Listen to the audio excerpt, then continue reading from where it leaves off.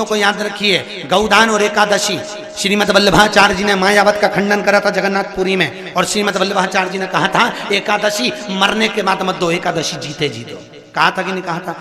जीते जी दान करिए। इसलिए जगदीश में, जगन्नाथपुरी में एकादशी उल्टी लटकी हुई है। करें आपने दर्शन?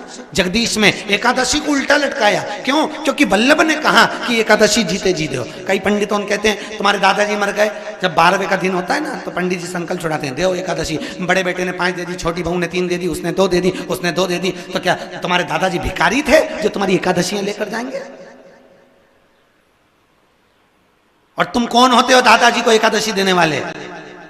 तुमने कौन सा इतने पुण्य कर लिए जो तुमने एकादशी दे दी?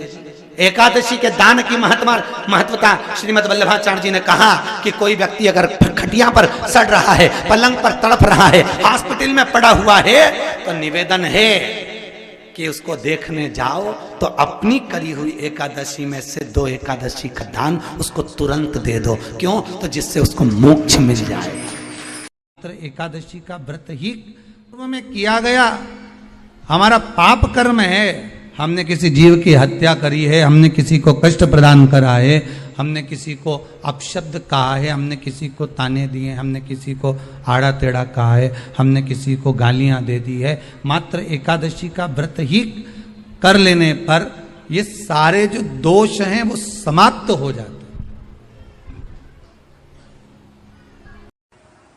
एकादशी के दिन जब आप जल शंकर को चढ़ाने तो रोज ही जाते हैं। जब एकादशी का दिन रहे और शंकर जी के मंदिर में आप जल समर्पित करें तो 3 बार मुख से स्वधा स्वधा स्वधा या स्वधा स्तोत्र का पाठ, जिसमें 12 श्लोक। जैसे पीपल के पत्ते में पराग होता है, हमारा हिंदू धर्म, हमारा शास्त्र कहता है, हमारे शास्त्र, हमारे वेद डॉक्टर वर्णन करते हैं कि पीपल के पत्ते को अगर एकादशी और द्वादशी के दिन एक तांबे के पात्र में गला कर रख दिया जाए और उस पानी का आचमन 3 बार करा जाए तो जिसकी नाड़ियां चोक भी हो जाती है, डॉक्टर बोले इसका बाईपास करना पड़ेगा, उसको केवल 3 आचमन पानी एकादशी और द्वादशी को पीपल के पत्ते का कराया जाए तो अंदर की नाड़ियां भी खुल जाती हैं।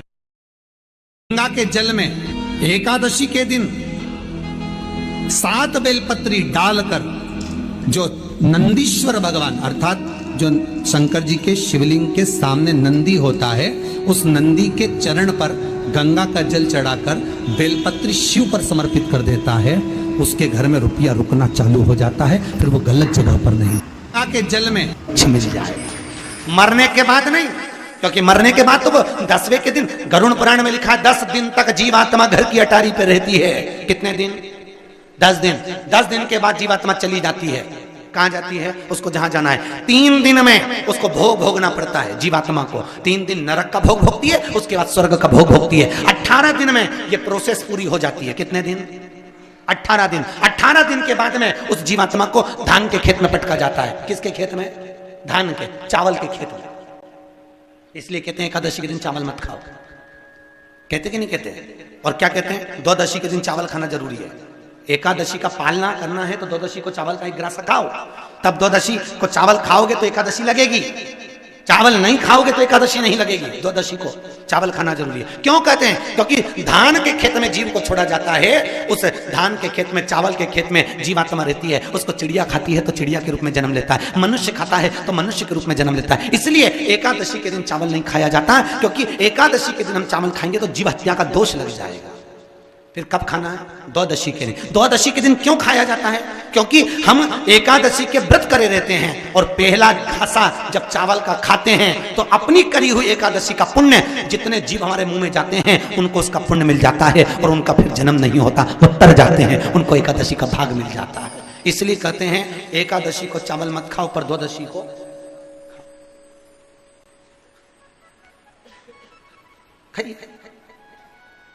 10 दिन तक जीवात्मा है। और आपने एकादशी कब दान दी? बोलो जम के। 12वें के दिन, 13वें के दिन आपने एकादशी का दान दिया, वो मिली उनको? अरे बोलो अच्छे से। कई तो अभी तक कर रही होगी, हमारे दादाजी के निमित्त की कर रहे हैं, कर ले। फिर वही वाली बात आ गई, गुलाब के फूल में पानी जारी है। बन के फिर जन्मे, फिर भोगो, फिर जन्मो, फिर भोगो। तो इससे तो अच्छे से खूब तपने के बाद, कर्म भोग भोगने के बाद, क्योंकि मनुष्य का जो शरीर है केवल भोगने के, भजन करो, भोगो, भजन करो। क्यों? 84 लाख योनियों में आप कीट बनकर पैदा हुए, आपको उसमें मर भी जाओगे तो आपको ज्ञान नहीं होगा। पशु बनकर पैदा हुए, आपको ज्ञान नहीं होगा। जंतु बनकर पैदा हुए, आपको ज्ञान नहीं होगा। पर मनुष्य की योनि केवल एक ऐसी योनि है, इस योनि के अंतर तुमने पूर्व में 84 लाख योनि में जो जो कर्म करे होते हैं, उस कर्म का सारा भोग तुम्हें मनुष्य योनि में भोगने को मिलता है। और उस योनि में जब भोगोगे तो थोड़ा सा कष्ट तो होगा महाराज, होगा। कई लोग कहते हैं हमारी पड़ोसन तो अगरबत्ती नहीं लगाती गुरुजी तो भी खुश, कभी मंदिर नहीं जाती पड़ोसन, कभी शंकर जी को लोटा भर पानी नहीं चढ़ाती तो भी भगवान खूब दे दिया, और हम तो रोज मंदिर जाएं, व्रत करें, उपास करें तो भी दुखी हैं। उसका क्या कारण है? तो शिव महापुराण में लिखा, एक बार देवऋषि नारद भगवान विष्णु के पास में पहुंचे और भगवान विष्णु से कहा, नारायण, दुनिया के लोग अगरबत्ती नहीं लगाए, भगवान का पूजन नहीं करें, पाठ नहीं करें तो सुखी रहते हैं, और दुनिया के लोग भगवान का भजन पूजन करते हैं तो दुखी रहते हैं, ऐसा क्यों? भगवान विष्णु ने कुछ बोले नहीं। भगवान विष्णु बोले, मुझे भूख लग रही है, मेरे साथ पृथ्वी पे घूमने चल। भगवान विष्णु नारद जी के साथ पृथ्वी पे घूमने निकले। अब जैसे ही नारद जी के साथ घूमने निकले तो भगवान विष्णु ने एक सेठ जी का घर देखा। नारद जी बोले, महाराज ये सेठ जी का घर है, खूब बड़ा धर्मात्मा दानी है, चलो इसके यहाँ कुछ खाने को मिल जाएगा। भगवान विष्णु ने मनुष्य का रूप रखा, नारद जी ने मनुष्य का रूप रखा, साधारण रूप बन रखकर दरवाजा बजाया। सेठ जी, ओ सेठ जी, सेठ जी, सेठ जी बाहर निकल कर आए, क्या है? हमें भूख लगी है, कुछ दान दे दो। इतने में सेठ जी बोले, तुम्हारा बाप रख के गया, दान दे दो, चलो निकले यहां से, भाग, निकल जाओ यहां से। सेठ जी ने धक्के मार के देवऋषि नारद और भगवान विष्णु को भगा दिया। इतने में देवऋषि नारद को क्रोध आया। देवऋषि नारद ने कहा, महाराज इसने अपमान करा है, अपने को धक्के मार कर निकाला है, श्राप दे दो, बर्बाद हो जाए। भगवान विष्णु ने पीछे पलटकर सेठ जी को देखा, देखकर भगवान विष्णु ने दोनों हाथ उठाकर कहा, जा तेरे यहां खूब लक्ष्मी बढ़ जाए, खूब लक्ष्मी बढ़े, और बढ़े, और बढ़े। इतने में देवऋषि नारद ने कहा, प्रभु तुम लक्ष्मी बढ़ने का, तुम्हें श्राप देना था तो तुमने आशीर्वाद दे दिया। भगवान बोले, मेरी मर्जी, चलो। भगवान विष्णु और आगे गए। भगवान ने कहा, छोटा सा झोपड़ा है, छोटी सी कुटिया थी, छोटा सा घर था।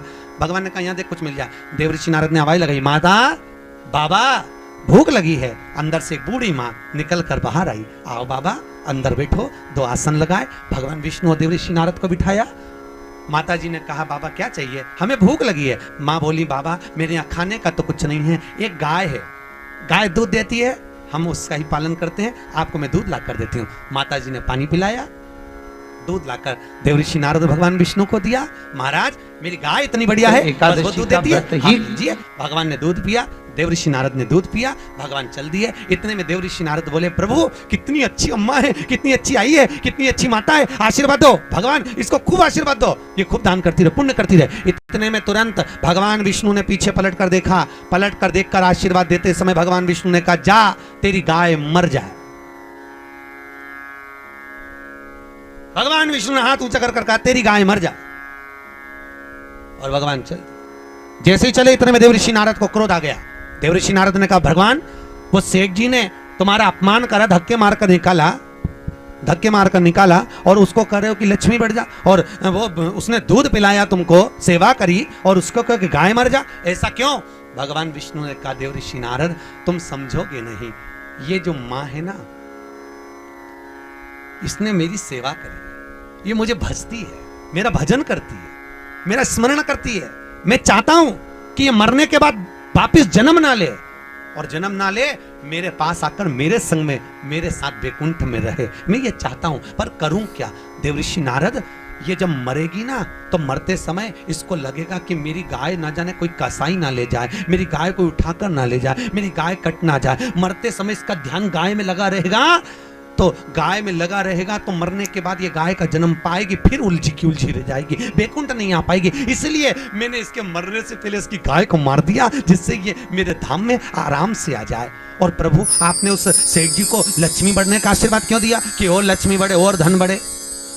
भगवान बोले, नारद तू जानता नहीं है, सेठ जी लक्ष्मी से बड़ा प्रेम करते हैं, तो लक्ष्मी और बढ़ेगी और बढ़ेगी और बढ़ेगी। जब ये लक्ष्मी जोड़ जोड़ के मरेगा, आखिरी में सांप बन के वहीं पड़ा रहेगा।